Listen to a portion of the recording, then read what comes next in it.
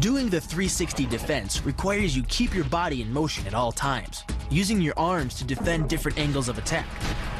The key is keeping your arms at an oblique angle with your hands open and straight so that you don't take any blows straight on. Each is deflected down the angle of your forearm, which reduces its impact.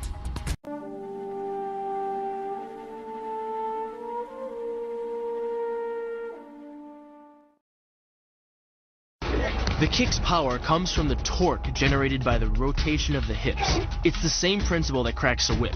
Turning the hips just a few degrees forces the foot to travel a much greater distance and creates a lot of speed as it does. The longer the leg and quicker the rotation, the faster the kick. And unlike karate, Muay Thai fighters are also taught to strike with the hard bone of the shin.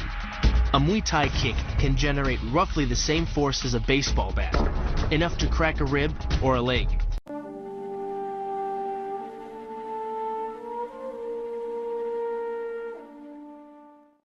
The hyperextension of the elbow, created by pulling back on the locked arm, virtually ensures that he will be taken down. The knee strike to the wrist dislodges the knife and further loads the elbow and shoulder.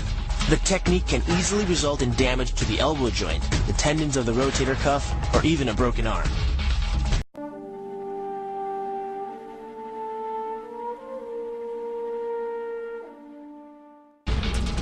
First, the opponent's arm works as a lever to optimize your control. Second, your own back serves as a pivot point for the throw. The strength and stability of your back allows you to throw a much heavier opponent than in a move that requires you to lift him.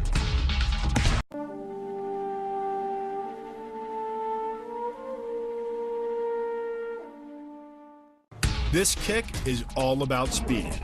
The further the foot travels, the greater its acceleration, and the more dangerous a weapon it becomes.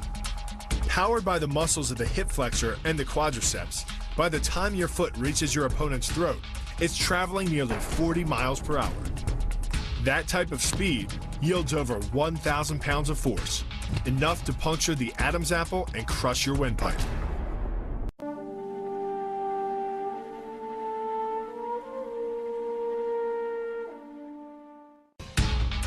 But the real damage from the knee bar doesn't come from gravity. It comes from leverage.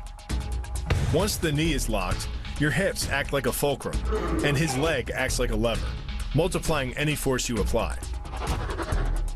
So even though the ligaments and tendons around the knee can sustain 1,700 newtons of force, the knee bar can load a lot more than that, enough to completely destroy the joint.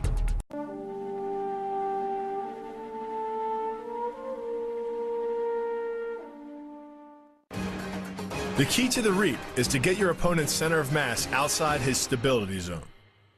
To do that, the Marine pushes his opponent at a location above the center of mass, while using his sweeping leg to create a tripping point, which is below his opponent's center of mass. Once the loss of stability has occurred, gravity does the work, and the damage. On the ground and on his back, your opponent is now vulnerable to any number of finishing strikes.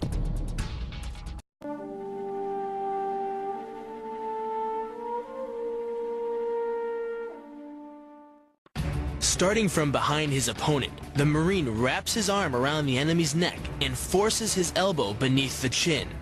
Clasping his hands behind the enemy's head, the Marine applies pressure in a vice-like movement of the forearm and bicep. Working much like a nutcracker, your forearm and biceps apply pressure to your opponent's carotid arteries. Located on either side of the trachea, these two arteries are the only way to get blood to the brain. It can take less pressure than squeezing an orange to stop the flow of blood to the arteries. And with no blood flow, the brain shuts down almost instantly. Fight over.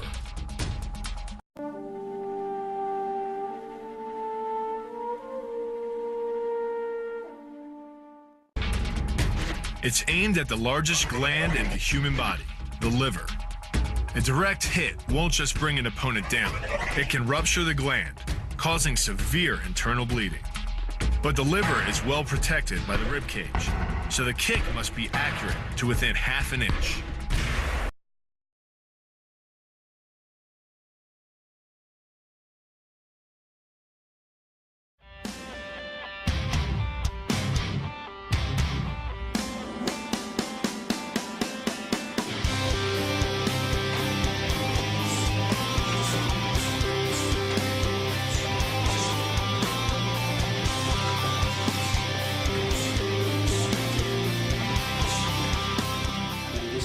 situation, we create like a discussion with the partner.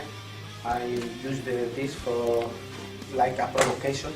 He attacked to me. I use the same moment for manipulation. How catch the leg, how manipulation now the body like a shield, counter the wall, control the wall, in the same moment control all the area, catch the leg, and broke the leg.